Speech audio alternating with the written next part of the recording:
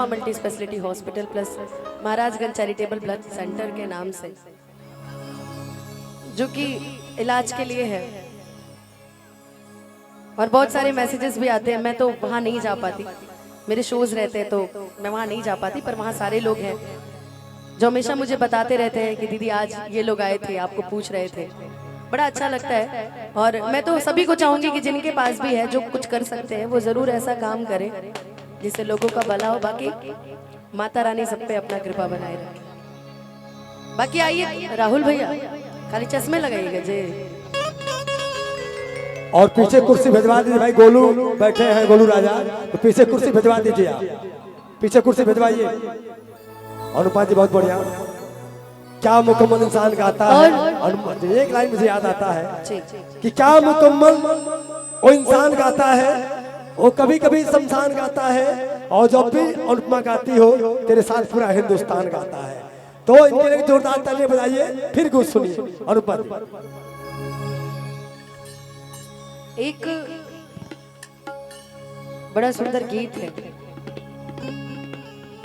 और सभी को बहुत पसंद है, ऐसा नहीं कि सिर्फ मुझे ही पसंद है। आइला हो बारात करे या कि हमसे बात करे,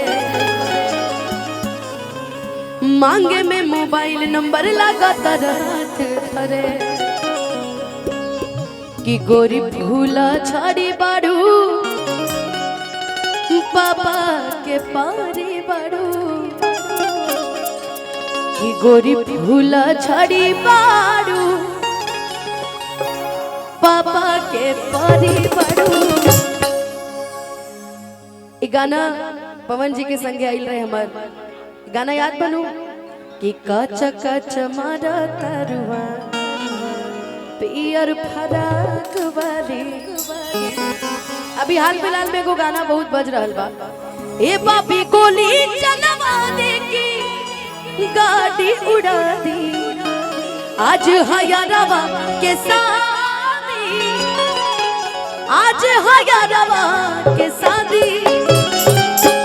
और बाकी आपने बहुत सारे गानों को प्यार दिया है। तब पेट्रोल जवनिया से गोरी आग लगई कि साझे से काहे निहारता नी उठवा उठवा, मन में बगारो रखो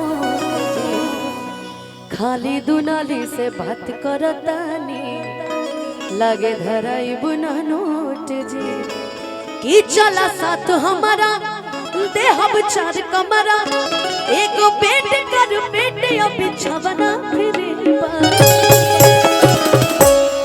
सारी बहने गाया था कि खाना और पीना साथे रहना फिरी बा, तोरा लाती खान कहना फिरी। बाकी आई पियर फराक वाले की फरमाइश है तो वही से शुरुआत करी जाओ।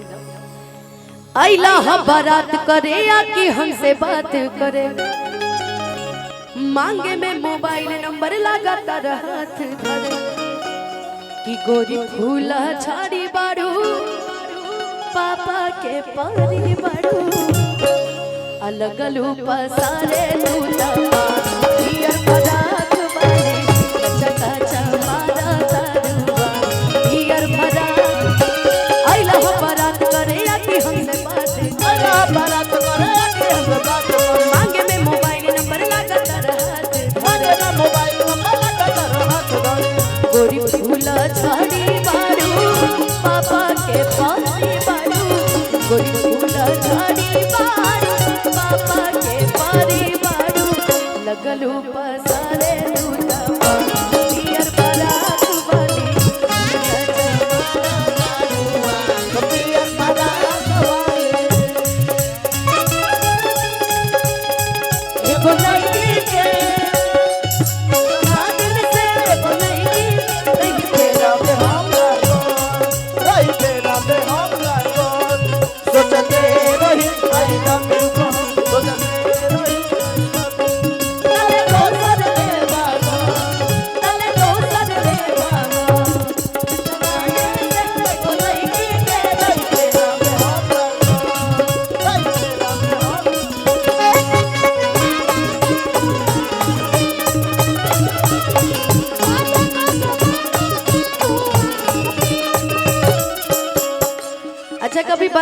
में नाचते नाचते किसी लड़की से टकराए हैं जी? टकराए हैं? क्या तुमने कभी किसी से प्यार किया? क्या तुमने कभी किसी को दिल दिया? हाँ तो भी ठीक है, गोलू ने भी दिया है। इसको तो हर घड़ी हर समय प्रेम हो जाता है। तो लइकवा कहता कि गलती से ये जान टकरा गई हो, गलती से कि लड़की के देखी पगल लागल बड़ा लागे कि खैनी खा के आइल बड़ा। अब भांग कौन खा रहा? सब तो खैनी खाता रहता है दिन रात।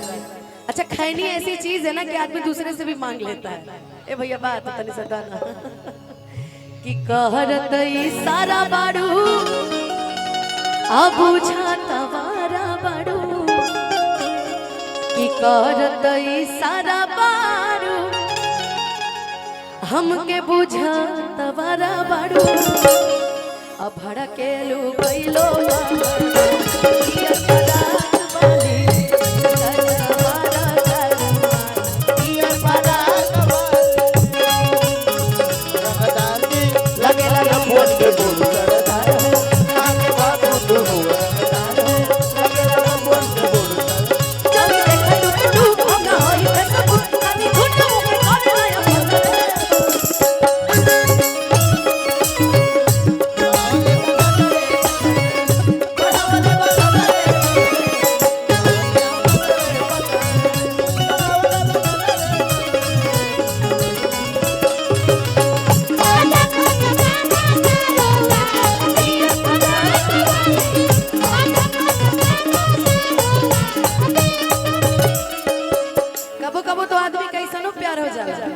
कि लगने में।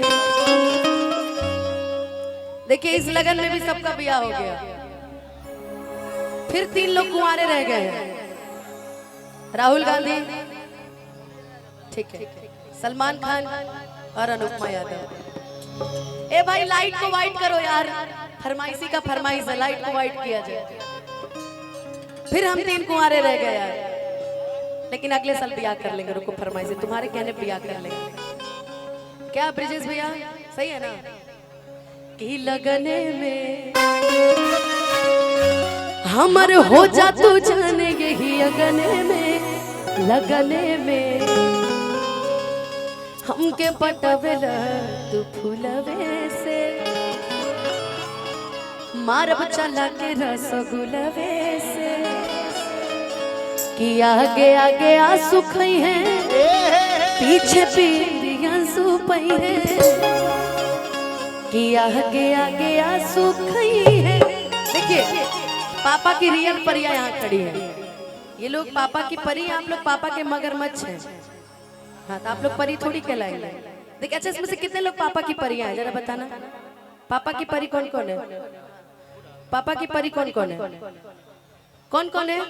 हाँ एक और बस। हाँ आप भी हैं और हाँ तुम भी और पापा के सारे मगरमच्छ खड़े हैं, है ना? अब परा तो नहीं कहलाओगे भाई, मगरमच्छ ही कहलाओगे। इसीलिए कि आगे आगे आंसू खई है आ पीछे पीरियां सुपई है। और क्या नाम है तुम्हारा भाई?